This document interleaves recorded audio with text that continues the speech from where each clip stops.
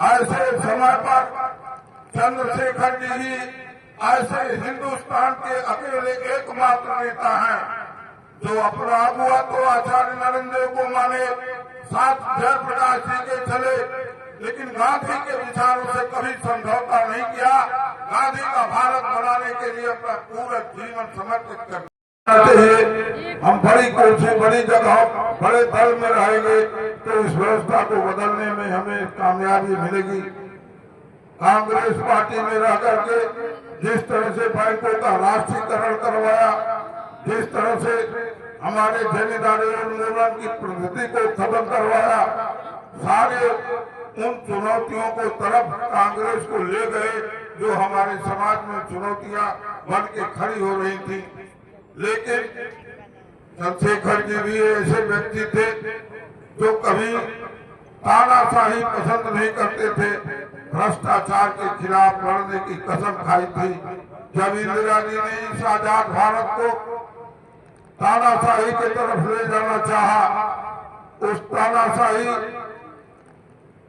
के खिलाफ सत्ता से छोड़ करके संघर्ष का रास्ता चुने, जेल गए, लेकिन इंदिरा जी की तानाशाही के खिलाफ उन्हें विजय मिली।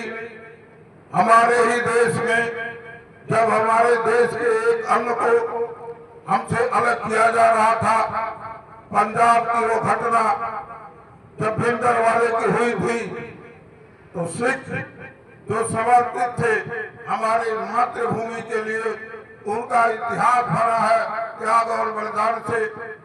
इतनी बड़ी बड़ी कुर्बानियां देश की रक्षा के लिए उन लोगों ने दिया था। जब उन्हें लगने लगा कि हम अकेले पड़ गए हैं, तो हिंदुस्तान के अंदर अकेले चंद्रशेखर जी थे जो उन सिखों की आवाज बनकर खड़े हुए, और आज उसका परिणाम है कि हमारे हिंदुस्तान में सिख बने हुए हैं, वरना एक अलग खालिस्तान का राज बन गया होता। ऐसे थे चंद्रशेखर जी। चंद्रशेखर जी ने जो लड़ाई लड़ी है, अंतिम समय आते आते जब उन्हें महसूस हुआ कि हमारा स्वदेशी स्वावलंबन खत्म हो रहा है, तो राष्ट्रीय स्वयंसेवक संघ के साथ भी उन्हें गुरेज नहीं हुआ, पूरे देश में घूम करके स्वदेशी आंदोलन चलाए।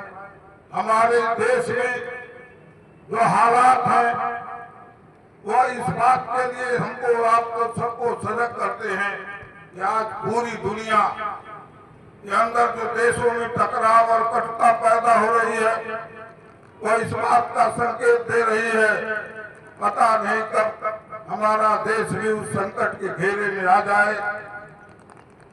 ऐसे समय पर चंद्रशेखर जी ही ऐसे हिंदुस्तान के अकेले एकमात्र नेता हैं जो अपना अगुआ तो आचार्य नरेंद्र देव को माने, साथ जयप्रकाश जी के चले, लेकिन गांधी के विचारों से कभी समझौता नहीं किया। गांधी का भारत बनाने के लिए अपना पूरा जीवन समर्पित कर दिया।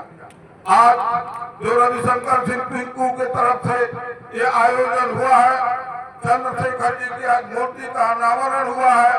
यह मूर्तियां कोई सामान्य मूर्ति नहीं होती है, यह हमें प्रेरणा देती हैं, चुनौतियों से लड़ने की क्षमता देती हैं। भाई रविशंकर सिंह को मैं देख रहा हूँ, चाहे वो भुलसी आश्रम हो, जयप्रकाश नगर हो, चाहे वो भलिया का उद्यान हो, या आज बेलथरा का चंद्रशेखर जी का उद्यान है, हर जगह चंद्रशेखर जी की अकेले मूर्ति बनवाते हैं और ये लगवाते हैं, क्योंकि बनाने वाला भी संजोग से हमारे पास का है, जो शैलेंद्र सिंह सिद्धार्थ है, उसको एक पैसा देते हैं, वो मूर्ति बना करके देता है।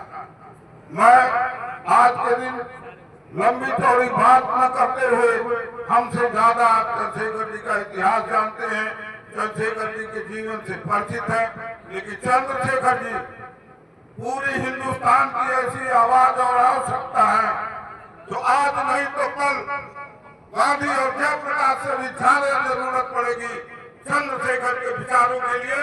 जब हमारे देश पर विदेशियों का संकट आएगा, तब हमें स्वदेशी के लिए खड़ा होना पड़ेगा। चंद्रशेखर जी ने सब कुछ समझौता किया है, लेकिन अपने जीवन में उन्होंने देश के साथ कभी कोई समझौता नहीं किया है। आज ये मूर्तियां रहेंगी, यही मूर्तियां आने वाली पीढ़ी को, हमको, आपको प्रेरणा देंगी तानाशाही के बढ़ते कदम को। जब कोई तानाशाह चलेगा तो उसे रोकेंगी, जब कोई विदेशी हमला होगा तो यही मूर्तियां प्रेरणा देंगी चंद्रशेखर जी की स्वदेशी स्वावलंबन के बल पर अपने हिंदुस्तान को बचाओ। इन्हीं बातों का संकल्प लेकर के जाइए। आने वाले दिनों में चंद्रशेखर जी जितना महान थे उससे ज्यादा महान होने वाले हैं। जय हिंद, जय भारत।